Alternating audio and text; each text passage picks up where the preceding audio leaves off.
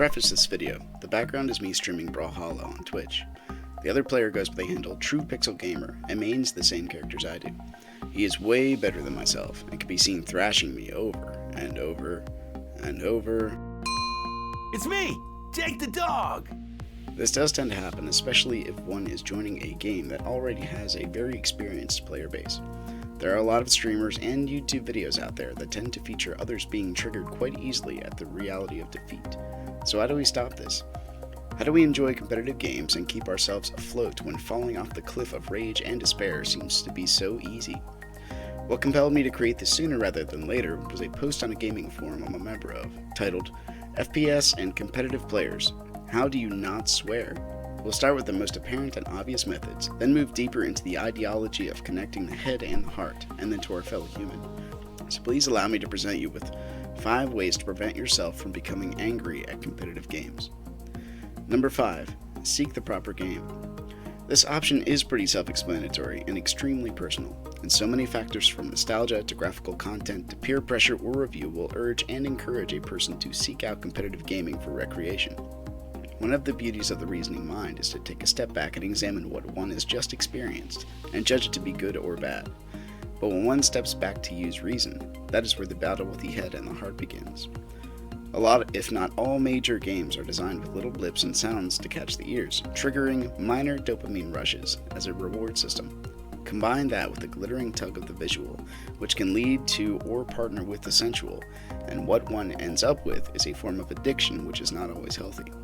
You'll find yourself saying, "Man, that was a horrible experience, but the gameplay was nice." What does it sound like when you can reasonably say it was a bad experience, but your whole being craves another helping of the same? This is where we get to choose which one leads, the head of reason or the heart of passion.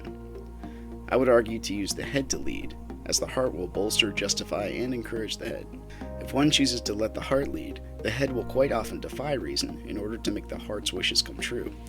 This is not meant to deter one from playing all games, as they do tug one away from reality in one way or another. But I am trying to make the case about being smart about what one devotes their time to. Not every venture into competitive fantasy is for every person. Number 4. Examine immediate needs. This one needs a little bit of unpacking, so please bear with me for a second. Ever hear of the acronym HALTS? It stands for Hungry, Angry, Lonely, Tired, or Stressed. This is a common acronym used to assist in preventing drug relapses, but it can be used when faced with any form of internal adversity. For hunger, seek actual food beforehand instead of consuming snacks you might not remember eating while playing a potentially stressful game. Eating snack foods for the 2 to 3 seconds of downtime and munching on them quickly is unhealthy physically, gives you a reward system regardless of the outcome, and short-circuits the mind from the visual to the carnal need of consumption rather than stopping at the midpoint of reason. Regarding anger, if one has just had an argument or conflict, placing oneself into another form of conflict when your heart and head are already hot is almost like hitting yourself in the ribs when they're already bruised. Give yourself some silence and go for a walk before attempting to compete in a virtual environment. If you choose not to, you'll find yourself making basic mistakes that a reasoning mind wouldn't make, as your heart is now leading your head. Then get increasingly agitated as your heart believes you should be winning, and your head will bolster the angry heart with profanities and statements that are not true, blaming anything or anyone but yourself. In loneliness, companionship and cooperation is a better solution. Trying to fill a lonely heart with competition might give you a bad taste for humanity and its ruthlessness. Try not to look for something in a venue where it is guaranteed to deliver the opposite of what is needed. Reality will not change to adapt to the relative heart.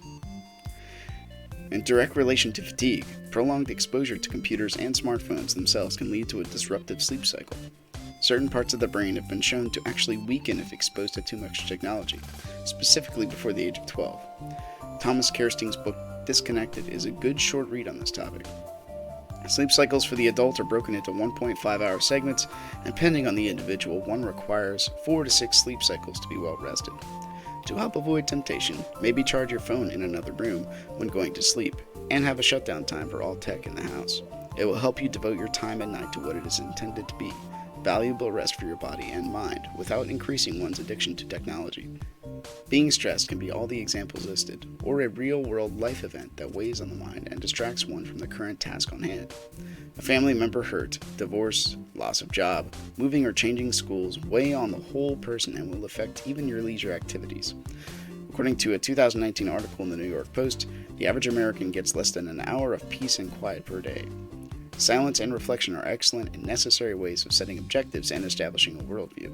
Seeking to escape from reality of these situations into fantasy is dishonest to reality itself. I'm not trying to make the case for constant brooding about life's harsher truths, but I do believe one should take the time to ponder life's biggest questions and potential crisis points before they come up. In the face of any battle, woe to him who has not trained to fight. Number 3. Establish purpose. I love philosophy, and one of the philosopher's favorite questions is why? If you have a reason for what you're doing, you can move forward with a purpose rather than meandering through the miasma of dopamine rushes. Is your goal just to experiment, to improve among friends, or prove yourself better than the thinking player you will never meet? To build up your fellow man, elevate yourself, or pull them down so that you appear higher? Is your goal victory at any cost, or are your methods to remain pure within the confines of the game's rules? Your answer to the question of purpose has a huge impact on the game itself, and often reflects part of your character as a whole. If you leave your head empty and your principles blank when entering the gaming arena, anything could fill that void, and one's mind usually does not default to the positive. Simon Sinek is an awesome author on this topic if you're looking for a more in-depth look at letting purpose solidify your character. All people tend to claim they have good intentions, or at least they're not that bad. But if your actions say otherwise, then what is actually true about you? In order not to contribute or absorb a potentially toxic environment, one has to have their purpose and identity established prior to meeting adversity. The natural default of a person's heart is toward darkness and callousness in the competitive scene if winning becomes the ultimate goal. To say otherwise, I would argue, is the heart leading the head again. Having a reasonable purpose that leads the heart and being intentional to match one's behavior to one's character is what leads to the beauty of honor and respected glory. Number 2. Establish identity. As one continues through life, one tends to add more titles to themselves as skill sets increase and acquaintances are made. One starts out as a child, then they may gain a friend, then they may be called a student, and then a soccer player, college student, husband, wife, parent, teacher, etc. Games also add to those titles, but the question that needs to be answered here is, which one is the common denominator? This topic gets quite deep and can also lead to one's belief in transcendent perspective, but the goal here is not to ask if God exists or not, though I do believe that topic is quite meaningful. What must be addressed is which one of those titles binds you together and overshadows all the others. One's character bounces around from different venues between reality and online communities. Does that character remain consistent or change relatively based on the environment? Truth by definition is exclusive, and if one binds oneself to a code and then fails to live out that code, it is on par with self-affliction. What's worse is that unforgiveness runs rampant on the internet, especially on the social media platforms. If one decides to align with a certain worldview, words that one uses that were posted in the past will be taken out of context and held to the flame of the immediate. Autonomy is almost assumed and often relied upon in the realm of gaming for various reasons, but living a fantasy life contrary to the character you wish to be known as will bleed through to reality at some point. An example in my life is the title of a parent. One of the ways I filter my behavior is by placing the computer in a public place and asking if the character I wish my children to model would be seen if my 4 or 9-year-olds stop by to watch me play. Establishing one's identity also runs into the next point, which is equally important. Number 1. Establish the identity of others. We'll draw from Wikipedia's entry on the Golden Rule as our baseline for this reasoning. The Golden Rule is the principle of treating others as you would be treated.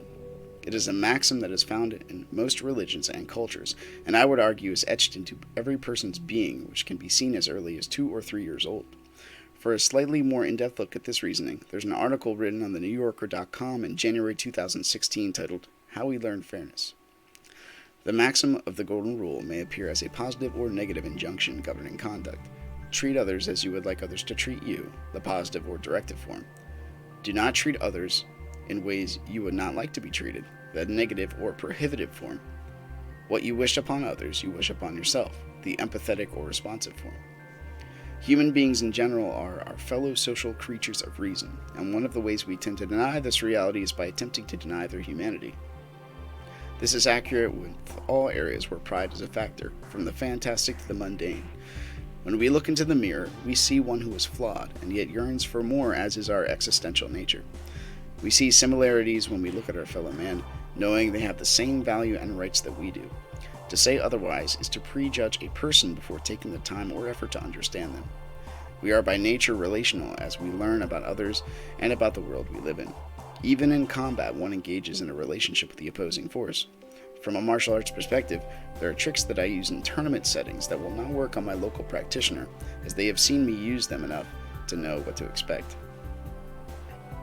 To prejudge a person as something besides what they are is what leads to real-world issues and isms that we could do without.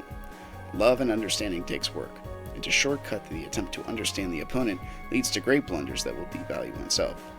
For one must know that the person on the other end of the screen is indeed just that, a person capable of the same faults and feats that you are and deserving of dignity. What you hold to be true about the people you compete against will reflect your character and will ultimately be what people see in you as you present yourself. As you value others, so that value can and will be used as a sense of self-measurement. There's a lot more to be said on this topic for sure, but hopefully that's a good guideline to follow to help one keep a smile on their face and enjoying games for what they should be, a window into another world and an experience to enjoy. Thanks for watching, and take care.